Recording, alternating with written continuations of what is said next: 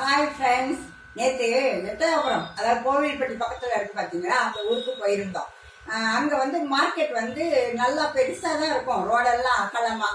நேற்று பார்த்தீங்கன்னா இந்த தை மாத பிறப்புக்காக எல்லாரும் போய் இந்த கண்டுபிள்ளை செடி அப்புறம் இதெல்லாம் வேப்பலை இதெல்லாம் கட்டி வாங்கிட்டு வரோம் பார்த்தீங்களா, மஞ்சள்னு. அதனால கொஞ்சம் கூட்டம் அதிகமாக இருந்துச்சு.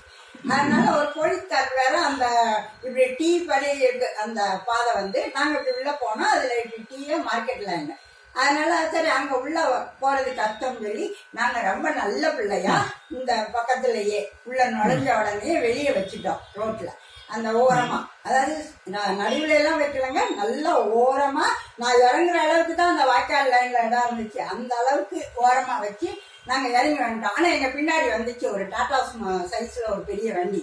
அவர் வாடிக்கு டான்னு பறந்து அந்த டீ மாதிரி இருக்கிற ரோட்ல உள்ள என்ட்ராக பண்ணாரு.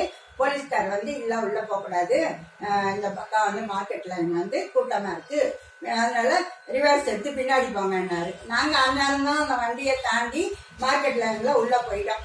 இந்த ரிவர்ஸ் எடுத்த வண்டி நேரம் பின்னாடி வந்து ஓரமா பாவம் போல நின்ன எங்க கார்ல ஓங்கி வந்து இடிச்சிருக்கான். சரி, யாராவது ஒரு ஆளாவது அது இடிச்சிருக்கானுங்கிறத பத்தின ஃபீலிங்ஸே இல்லாம வந்திருக்காங்க.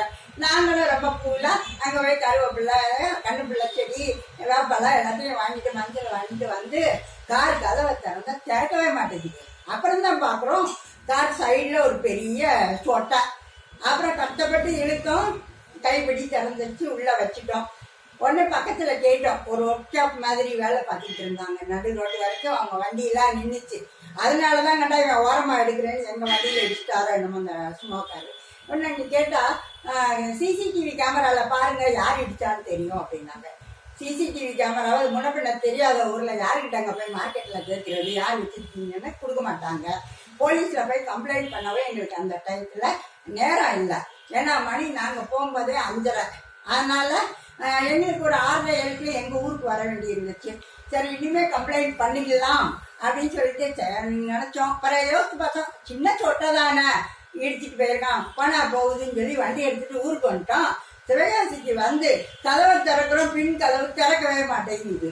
என்னன்னு அப்பந்தான் பார்த்தா அந்த சொட்டைக்கு பக்கத்துல அந்த கைப்பிடி வரைக்குமே அவங்க டேமேஜ் பண்ணியிருக்காங்க. இதை ரிப்பேர் பார்க்கணும்னா கொஞ்சம் அதிகமான அமௌண்ட்டு தான் ஆகும். இதை வந்து நம்ம அவங்ககிட்ட கேட்கணும் அப்படின்னா இன்னும் எட்டயபுரத்துக்கு போய் சிசிடிவி கேமரா பார்த்து போலீஸில் கம்ப்ளைண்ட் பண்ணணும்.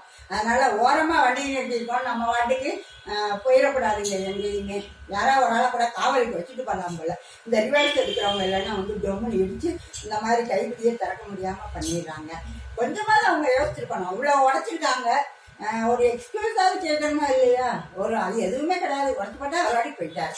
இதுக்கு என்ன ரெமெடி பண்ணுறதுன்னு யோசிச்சுட்டு இருக்கேங்க. ஓகே, பாய்.